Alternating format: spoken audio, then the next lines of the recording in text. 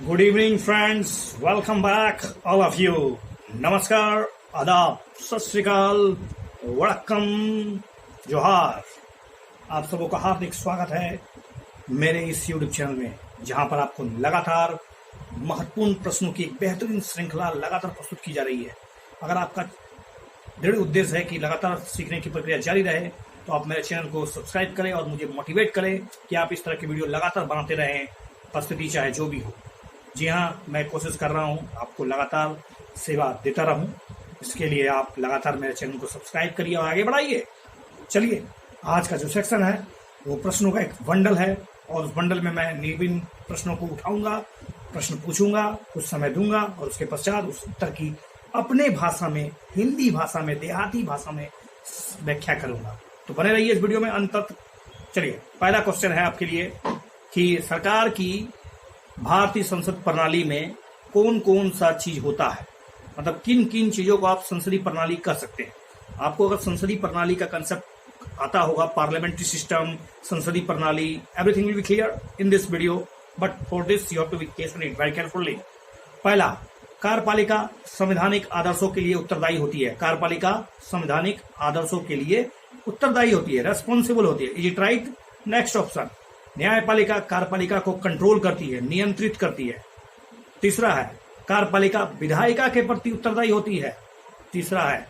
और चौथा है, विधायिका न्यायपालिका को नियंत्रित करती है। जनरल कंसेप्ट अगर आपको होगा कि सेपरेट या separation of power, you know about that. कार्यपालिका, विधायिका, न्यायपालिका। विधायिका कानून बनाती है, कार्यपालिका उसको लागू करती है। अगर कानून में कुछ खमियां हो, संविधान के उल्लंघन कर रहा हो, तो उनको करेक्शन करने के लिए न्यायपालिका बैठी है। They have separate power, they have separate department. But in this question asking about संसदीय प्रणाली, देखिए किसी भी भारत में चूंकि संसदीय प्रणाली को अपनाया गया है और संसदीय प्रणाली ब्रिटेन से एडॉप्ट की गई है, हम लोग यहाँ पर सरकार जो है पूरी तरह से संप्रभु नहीं है और ना ही न्यायपालिका संप्रभु है। यहाँ पर कार्यपालिका को विधायिका के द्वारा कंट्रोल किया जाता है। Okay, good.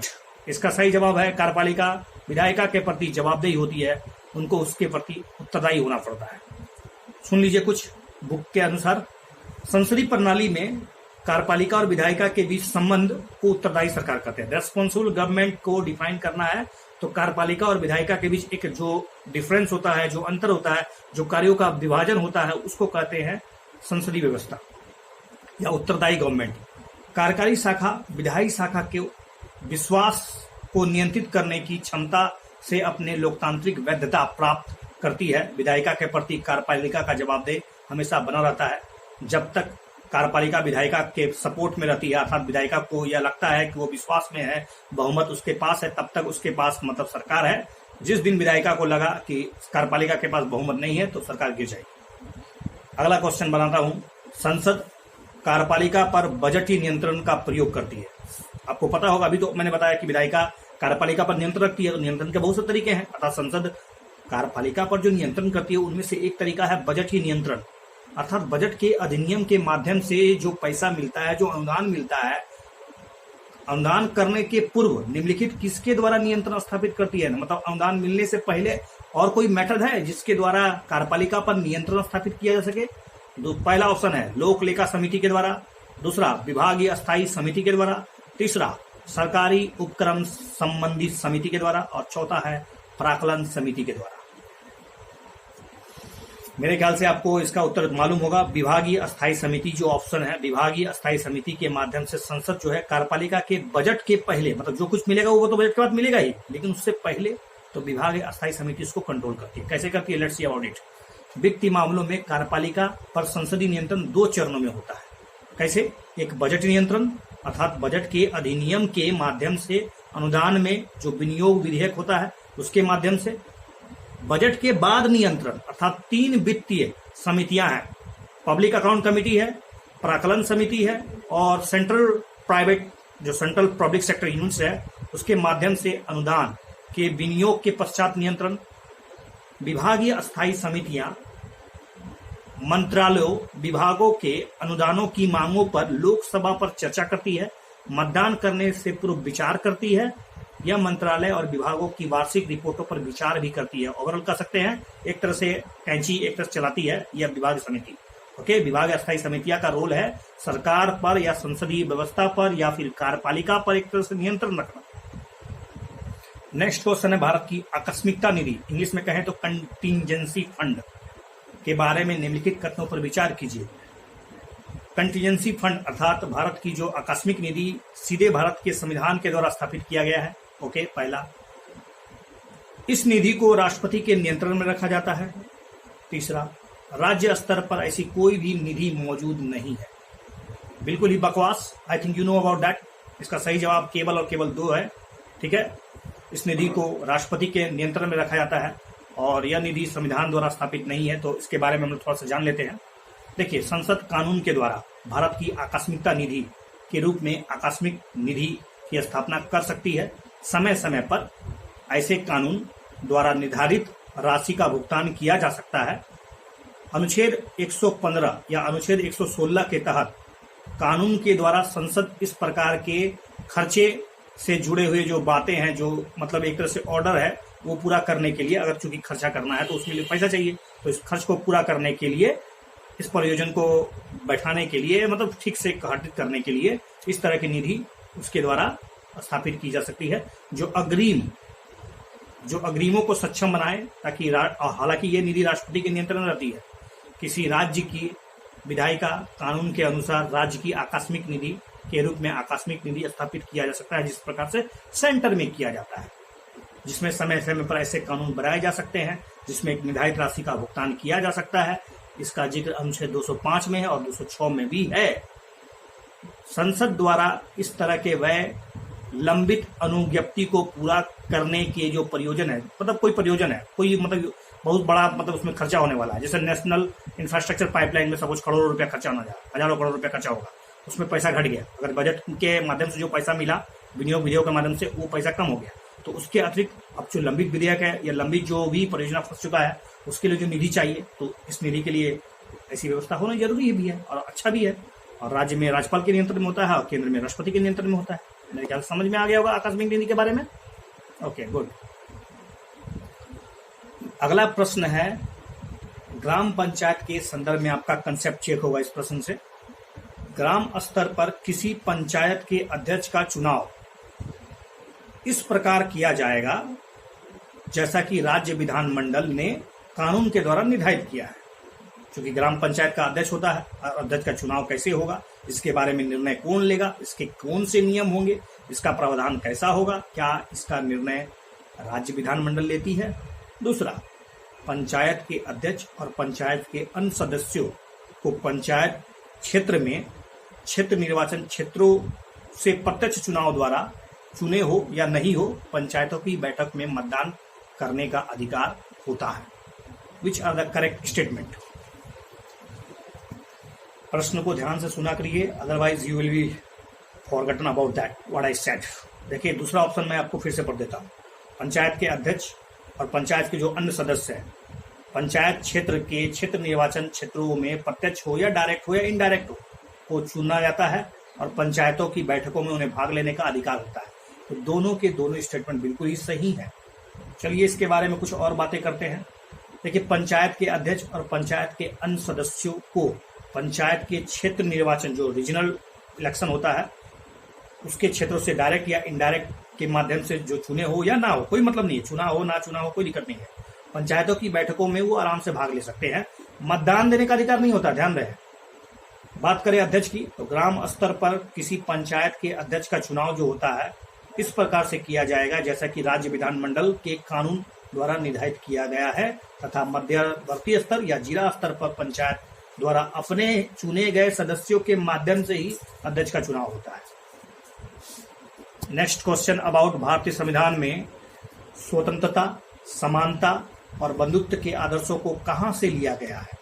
It's a very easy question I think. America के संविधान, ब्रिटिश संविधान, फ्रांस के संविधान, कनाडा के संविधान। आई think you the answer France के संविधान से लिया गया है। फ्रांसीसी क्रांति आपने पढ़ा होगा, तो उसमें आपने स्वतंत्रता, समानता और बंधुत्व के बारे में बेहतरीन जानकारी प्राप्त की होगी। अगला क्वेश्चन है, वह प्रथम अधिनियम कौन सा था जिसके अंतर्गत भारत सरकार भारत में अंग्रेजों के अधीन संपूर्ण क्षेत्र पर अधिकार स्थापित हो गया। मतलब कौन से एक्ट के माध्यम से यह स्पष्ट हो चुका था कि भारत सरकार पर भारत में जो अंग्रेजों का मतलब एक तरह से पूर्ण रूप से अधिकार स्थापित हो चुका था। ऑप्शन नंबर 1 1833 का चार्टर एक्ट, 1891 का चार्टर अधिनियम, 1909 का अधिनियम या भारत शासन अधिनियम 1935। कंप्लीट केंद्रीकरण, अंतिम केंद्रीकरण किस में आया था? अगर आपको पता होगा इसका सही जवाब है 1833 का charter act. Let's see about it. 1833 का चार्टर अधिनियम ब्रिटिश भारत में केंद्रीकरण की दिशा में एक अंतिम कदम था। मतलब इतना सेंट्रलाइज हो चुका था पावर अंग्रेजों का, और 1833 का अंतिम चोट था वो। इसने बंगाल के गवर्नर जनरल को अब भारत का गवर्नर जनरल बना दिया गया और उसे सभी नागरिक और सैन्य शक्तियां प्रदान कर दी गई। इसके अलावा क्या हुआ कि बॉम्बे और मद्रास के गवर्नर, उसके जो विधायी शक्तियां थी, सब छीन लिया गया उससे। इसने वाणिज्य निकाय के रूप में ईस्ट इंडिया कंपनी की गतिविधियों को समाप्त कर दिया। विशुद्ध रूप से अब उसको एक प्रशासनिक निकाय बना दिया गया। आपको पता होगा 1833 के चार्टर एक्ट के माध्यम से ही चाय और चीनी पर जो व्यापार था, जो एक अधिकार लास्ट बची हुई थी, वो भी समाप्त कर दिया गया था। अब कोई भी कंपनी आकर भारत में निवेश कर सकती है, बिजनेस स्टार्ट कर सकती है, क्योंकि ईस्ट इंडिया कंपनी अब एक केवल प्रशासनिक इकाई बॉडी बन चुकी थी। इसके द्वारा भारत सरकार में अंग्रेजों के अधीन संपूर्ण क्षेत्र पर अधिकार स्थापित हो चुका था। नेक्स्ट क्वेश्चन है, मूल ढांचे के सिद्धांत को उच्चतम न्यायालय निम्नलिखित में किस मामले में प्रदान किया गया था? बेसिक स्ट्रक्चर किस मामले में निकल कर आया था? बहुत ही हल्का प्रश्न है। शंकरी प्रसाद केस, ओल्गा टेलिस केस बनाम महाराष्ट्र राज्य, केशवानंदन भारती बनाम केरल राज्य और भिकाजी बनाम भारत संघ केस। आई थिंक यूजली कोई भी यूपीएससी कैंडिडेट तो फटाक से इसका आंसर जानता है, और नहीं जानता तो तैयारी की बेहतर जरूरी है। तो इसका सही जवाब है, बताइए सही जवाब क्या है? अभी भी जी नहीं, भारतीय। इसके बारे में आपको 1973 का लैंडमार्क जजमेंट पढ़ना होगा। जी हाँ, केशवानंदन भारतीवाद केस के बारे में आपको मैं बताऊंगा। देखिए, आर्टिकल 368 अनुच्छेद 368 संविधान और उसकी प्रक्रिया में संशोधन करने के लिए संसद की शक्तियों से जुड़ा हुआ है कि संसद कहाँ कहाँ किन किन क्षेत्रों में संशोधन कर सकती है, करेक्शन कर सकती है, नया चीज जोड़ सकती है, पुराना चीज हटा सकती है। ये संशोधन होता है। लेकिन कितना कर सकती है? इसके अनुसार संविधान में किसी बात के होते हुए भी संसद अपनी संविधायी शक्ति का प्रयोग करते हुए, कानूनी शक्ति का प्रयोग करते हुए संविधान के किसी खंड को उसका इन्लार्जमेंट कर दे, उसको परिवर्तन कर दे, उसको हटा दे। संशोधन अनुच्छेद में तथा कथित, तो आपको मैं 368 के बारे में बता रहा था कि इसमें कितना चेंजिंग हो सकता है। लेकिन यदि संशोधन मूल ढांचे को परिवर्तित कर देता है, जैसे कि सपोज न्यायिक समीक्षा, संसदीय व्यवस्था, विधि का शासन, पंथ निरपेक्षता इत्यादि में अगर संशोधन करता है या किया जाता है, तो न्यायपालिका यानी सुप्रीम कोर्ट उसको अवैध या फिर अल्ट्रा वायलेंस घोषित कर देगी, संविधान के खिलाफ बता देगी। क्योंकि 1973 के केशवानंदन भारतीवाद केस में यह बात क्लियर हो चुकी थी कि संविधान में संशोधन की अपरिमित या असीमित शक्ति आपको नहीं मिल रही है पार्लियामेंट जी। आपको पता होगा 3 लैंडमार्क जजमेंट, जैसे कि आपको गोलकनाथ केस 1967 में, उससे पहले आपको पता होगा चंपकम दोराई राजन केस, उसके बाद सज्जन सिंह केस, तब जाके गोलकनाथ केस के बाद उस परिवर्तन को पलटा गया और इस बात को स्वीकार कर लिया गया न्यायपालिका के द्वारा कि संसद को कुछ अधिकार दिए जाते हैं ताकि वो समय और परिस्थिति को ध्यान में रखते हुए संविधान की कुछ बातों को परिवर्तन कर दे। लेकिन शर्त यह है कि कुछ बातें जो बेसिक स्ट्रक्चर में डिफाइन हालांकि नहीं की गई है, लेकिन जो बातें संविधान में नहीं अर्थात मूल स्ट्रक्चर में रखा गया है, उनमें संविधान संशोधन के बहाने यानी 368 के तहत संशोधन नहीं किया जा सकता है। तब से कंसेप्ट निकल कर आया है मूल संरचना। ध्यान रहे, मूल संरचना डिफाइंड नहीं है, जिनकी इस पर यूपीएससी 2020 में प्रश्न पूछी कि मूल संरचना डिफाइन है। That's caught incorrect statement. अगला प्रश्न, संविधान में जिला न्यायालयों का उल्लेख नहीं है। ओके, फर्स्ट स्टेटमेंट क्या, संविधान में डिस्ट्रिक्ट कोर्ट का जिक्र नहीं किया गया है। दूसरा है, जिला न्यायाधीशों को राज्यपाल द्वारा हाईकोर्ट के परामर्श से नियुक्त किया जाता है। और तीसरा ऑप्शन है, जिला न्यायाधीशों के रूप में नियुक्ति के लिए पात्र व्यक्ति को संघ या राज्य की न्यायिक सेवा में अधिकारी होना चाहिए। Which are the correct statement. जैसा कि आप जानते हैं कि इनमें से कौन सा करेक्ट स्टेटमेंट है, तो आपको पता होगा कि जिला न्यायालय का जिक्र है भैया। जी हाँ, आर्टिकल 233 आप पढ़िए, उसमें स्पष्ट रूप से लिखा हुआ है। तो पहला गलत। और रही बात तीसरा स्टेटमेंट कि न्यायिक सेवा का अधिकारी होना चाहिए, वो भी आपको पता होना चाहिए, तीसरा स्टेटमेंट भी गलत है। तो फिर भी हम इसके बारे में जानकारी इकट्ठा कर लेते हैं। ओवरऑल मकसद तो यही है कि आपको कुछ ना कुछ बताऊंगा मैं इस प्रश्न के पूछने के बाद। देखिए, संविधान का आर्टिकल 233 कहता है कि किसी राज्य में जिला न्यायाधीश नियुक्त होने वाले व्यक्ति की नियुक्ति तथा जिला न्यायाधीश की जो पदस्थापना है, उसकी प्रोन्नति है, माने ट्रांसफर हो, उसका प्रमोशन हो इत्यादि, उस राज्य का राज्यपाल ऐसे राज्य के संबंध में जो उसको पावर मिला है प्रयोग करेगा।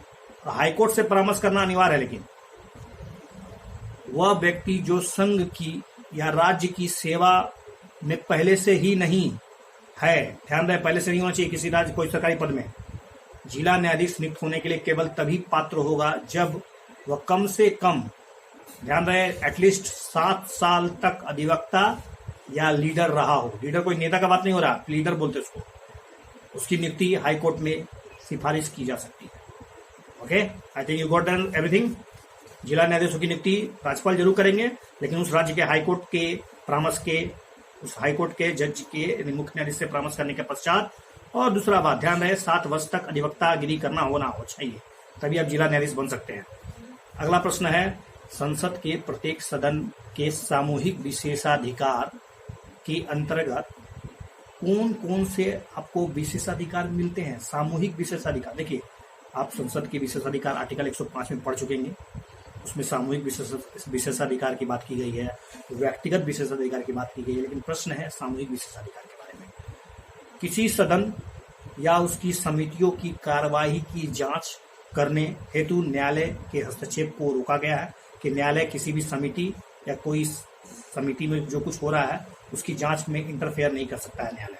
पहला बात, एक विशेषाधिकार। सदस्यों के साथ साथ बाहरी लोगों को इसके विशेषाधिकार का उल्लंघन करने पर या इसकी अवमानना होने पर या तो उसको निलंबन कर दिया जाएगा, सस्पेंड कर दिया जाएगा, या फिर कारावास भी हो सकता है। ओके, तीसरा है, अपनी रिपोर्ट, बहस या फिर कार्यवाही को प्रकाशित करने का अधिकार।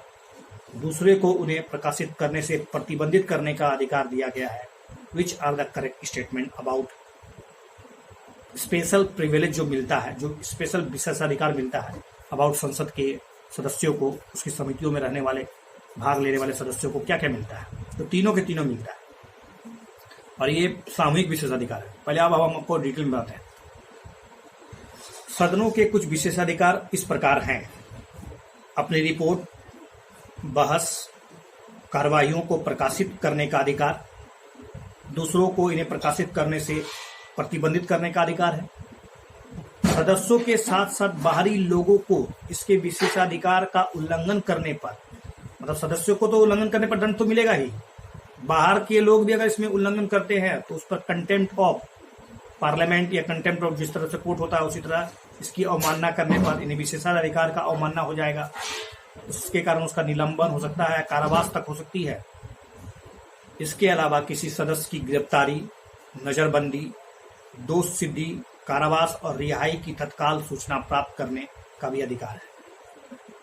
यह जांच कर सकता है विशेषाधिकार समिति की गवाहों की उपस्थिति का आदेश दे सकता है, दस्तावेज और रिकॉर्ड प्रस्तुत करने के लिए बोल सकता है।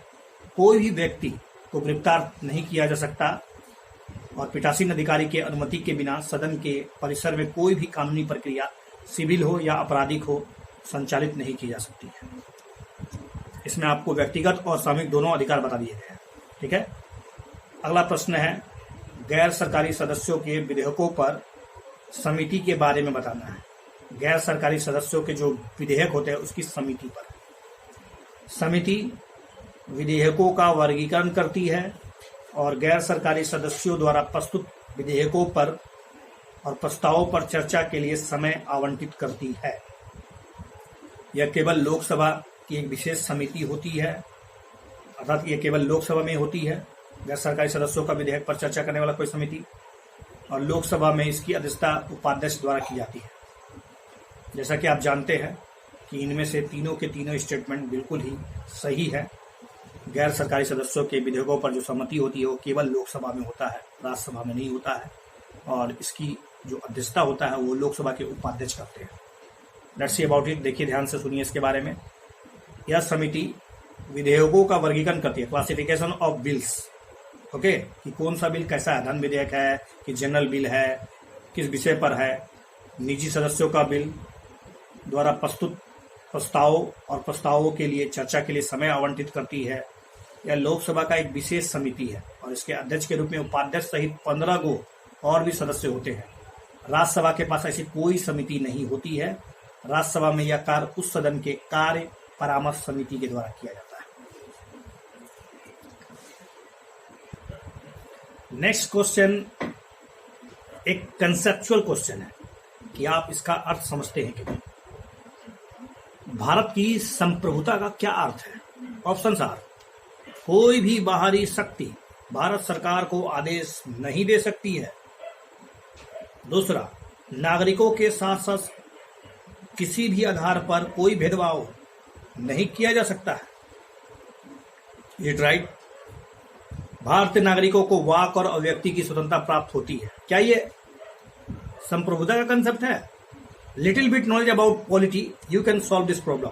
पहला ही ऑप्शन सही है कि भारत सरकार अर्थात गवर्नमेंट ऑफ इंडिया किसी बाहरी निर्देश या किसी विदेशी सरकार के द्वारा नहीं संचालित होती है। हमारे देश संप्रभु देश है। संप्रभु का अर्थ होता है यहाँ का सुप्रीम पावर जनता के हाथ में है, जनता के द्वारा संचालित होता है भारत। कैसे संचालित होता है?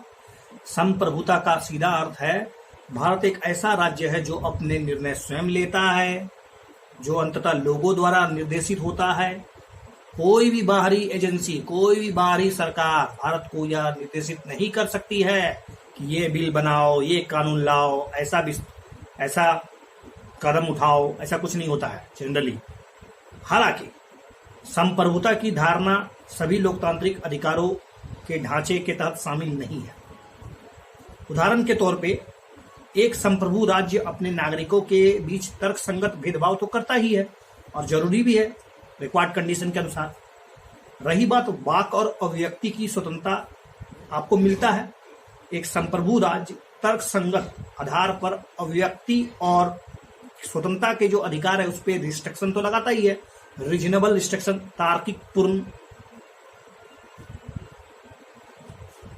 क्योंकि निरपेक्ष अधिकार तानाशाही बना देगा ना। निरपेक्ष अधिकार से स्वतंत्रतावाद पैदा हो जाएगा, डिसऑर्डर क्रिएट हो जाएगा और आपकी स्वतंत्रता वहां पर समाप्त हो जाती है जहां से दूसरे का नाक शुरू होता है। ओके, बहुत बड़े चिंतक फिलोसफर का कहना था कि स्वतंत्रता का यह अर्थ नहीं है कि आप कुछ भी कर ले। स्वतंत्रता, आपकी स्वतंत्रता वहां खत्म होती है जहां से दूसरे का नाक शुरू होता है। ये स्टेटमेंट आप लिख सकते हैं कहीं पर। अगला प्रश्न है कि स्टेटमेंट दिया हुआ है, बताना है कौन सा सही है। कहता है कि 44वां संविधान संशोधन के माध्यम से उद्देशिका में 3 नए शब्द समाजवादी, पंथ निरपेक्ष, अखंडता जोड़ा गया। ध्यान से सुनिए, समाजवादी, पंथ निरपेक्ष और अखंडता 44वां संवैधानिक संशोधन के माध्यम से जोड़ा गया। दूसरा ऑप्शन है भारतीय संविधान की उद्देशिका उद्देश्य प्रस्ताव पर आधारित है। हमारा जो आज का प्रस्तावना है वो पंडित नेहरू के समय जो उद्देश्य प्रस्ताव तैयार किया गया था उसी से बना है, उसी पर टिका हुआ है। Which are the correct? I think you get the answer.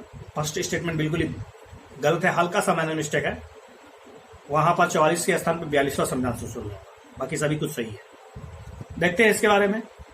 उद्देशिका में 42वां संवैधानिक संशोधन अधिनियम 1976 द्वारा संविधान संशोधन किया गया और उसके माध्यम से 3 नए शब्द समाजवादी, पंथनिरपेक्ष और अखंडता जोड़ा गया। भारतीय संविधान की उद्देशिका उद्देश्य प्रस्ताव पर आधारित है, जिसे पंडित नेहरू के द्वारा प्रस्तुत किया गया, जिसे संविधान सभा द्वारा अपना लिया गया था। अगला प्रश्न है, संविधान में कौन कौन से अनुच्छेद जनजातीय अधिकारों से जुड़े हुए हैं, उससे रिलेटेड हो। पहला अनुच्छेद 14, अनुच्छेद 15, अनुच्छेद 16, अनुच्छेद 30। Options are A B C D, all of them. I think you got the answer. जी हाँ, इसका सभी का सही है। देखिए, अनुच्छेद 14, 15, 16, 19, 25 से 28 और 29, 30 जनजातीय अधिकारों से जुड़े हुए हैं। कैसे, मैं बताता हूँ। देखिए, समानता का अधिकार क्या किसी विशेष जाति को या किसी विशेष लोगों को मिलेगा? ये तो सबको मिलेगा। इसके अंतर्गत समानता धर्म, जाति, लिंग, जन्म स्थान के आधार पर कोई विभेद नहीं हो सकता है। रोजगार के मामले में अवसर की समानता होगी। अस्पृश्यता का उन्मूलन आर्टिकल 17 में है। उपाधियों का उन्मूलन शामिल है। जहां रही बात धर्म की स्वतंत्रता, आर्टिकल 25 से 28 में जिक्र किया गया है। अंतःकरण की स्वतंत्रता, धर्म के अबाध रूप से मानने, आचरण करने, प्रचार प्रसार करने, धार्मिक मामलों का ठीक ढंग से मैनेजमेंट करने। कुछ करों से आपको मुक्ति दी गई है। ऐसा नहीं है कि किसी विशेष धर्म को प्रमोट करने के लिए आप पर टैक्स लगा दिया जाएगा, बिल्कुल नहीं हो सकता है। और कुछ शैक्षिक संस्थानों में किसी पार्टिकुलर धर्म की शिक्षा देना बैंड है। आई मीन सरकारी संस्था या जो भारत के पैसे से चलता है, या कहे तो सार्वजनिक स्कूल जो होता है, उन पर आप किसी विशेष धर्म की शिक्षा तो दे नहीं सकते हैं। सब पैबेंड है, सब पाबंदी है। सांस्कृतिक और शिक्षा संबंधी जो अधिकार है, जो आर्टिकल 29 और 30 में दिए गए हैं, वो किसी वर्ग को उनकी संस्कृति, उसकी भाषा, उसकी लिपि का संरक्षण का अधिकार देती है। और इसी के साथ साथ अल्पसंख्यकों को अधिकार प्रदान किया गया है कि वह अपनी भाषा के, अपनी शैक्षणिक संस्थानों की स्थापना करे, उनका प्रशासन करे, उनको रेगुलेट करे, उनको बेहतर ढंग से चलाए। यही तो है आर्टिकल 29 और 30। अगला प्रश्न आते हैं नीति निर्देशक तत्व के बारे में, जिसके तहत इंस्ट्रूमेंट ऑफ इंस्ट्रक्शन के समरूप है। नीति निर्देशक तत्व जो है किसके तहत इंस्ट्रूमेंट ऑफ इंस्ट्रक्शन के तहत है? भारत सरकार अधिनियम 1935, मॉन्टेग्यू चैम्सफोर्ड 1919, उद्देश्य प्रस्ताव 1946 और Nehru report 1928। Instrument of instruction जो है, ये वास्तव में नीति निर्देशक सिद्धांत जो है वो भारत सरकार अधिनियम 1935 से मिलता जुलता है, जैसा कि अम्बेडकर ने कहा था। अंतर केवल इतना है कि वे विधायिका और कार्यपालिका को निर्देशित करते थे। ठीक है।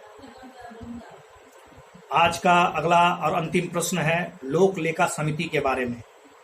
लोक लेखा समिति पर विचार कीजिए। इस समिति अर्थात लोक लेखा यानी पब्लिक अकाउंट कमेटी का गठन पहली बार 1911 में भारत सरकार अधिनियम 1909 के तहत किया गया था। दूसरा ऑप्शन है सदस्यों को एकल संक्रमणी मत द्वारा अनुपातिक प्रतिनिधित्व प्रणाली के अनुसार चुना जाता है। और तीसरा ऑप्शन है इसमें विभागों द्वारा किए जाने वाले खर्च को अस्वीकृति करने की शक्ति प्राप्त है। क्या इन्हें खर्च के अस्वीकृति करने की शक्ति प्राप्त है? सोचिए। जी नहीं, ऐसा कुछ नहीं है। पब्लिक अकाउंट कमेटी जो है लोक लेखा समिति, पहला तो स्टेटमेंट ऐसे ही गलत हो गया क्योंकि उसको 1919 में पहली बार लाया गया था और 1921 में भारत सरकार अधिनियम 1919 में उसको शामिल किया गया, तब से यह अस्तित्व में है। और विभागों द्वारा किए जाने वाले खर्च को अस्वीकृति प्रदान करने की इसकी कोई शक्ति नहीं है ऐसा। ठीक है। Okay, this is sufficient for this video. I think if you watching this video अंत तक अगर आप देखते हैं तो निश्चित रूप से आपको बहुत फायदा मिलेगा। देखिए, हो सकता है वीडियो में कुछ ज्यादा इंटरेस्टिंग बातें, लफुआ वाला बाजी बात मैं नहीं करता हूँ, और ना ही मैं किसी विशेष प्रकार का कंसेप्ट को उठाकर, चाहे राष्ट्रवाद का कंसेप्ट हो, किसी धर्म पर कंसेप्ट हो, या फिर लड़के लड़कियों पर जो बयानबाजी हो रहा है और बहुत से जो व्यूअर्स बटोरे जा रहे हैं विभिन्न शिक्षकों के माध्यम से, वो सब मैं इंटरेस्टेड नहीं हूँ। तत्कालिक मेरा सीधा उद्देश्य है ज्ञान अर्जन करना और ज्ञान बांटना। अगर आपको अच्छा लगता है तो चैनल को सब्सक्राइब करें और वीडियो को अधिक से अधिक लोगों के बीच शेयर करें ताकि वो भी ज्ञान के स्तर को बढ़ा पाए। ओवरऑल मोटो यही है। Thanks for watching this video once again.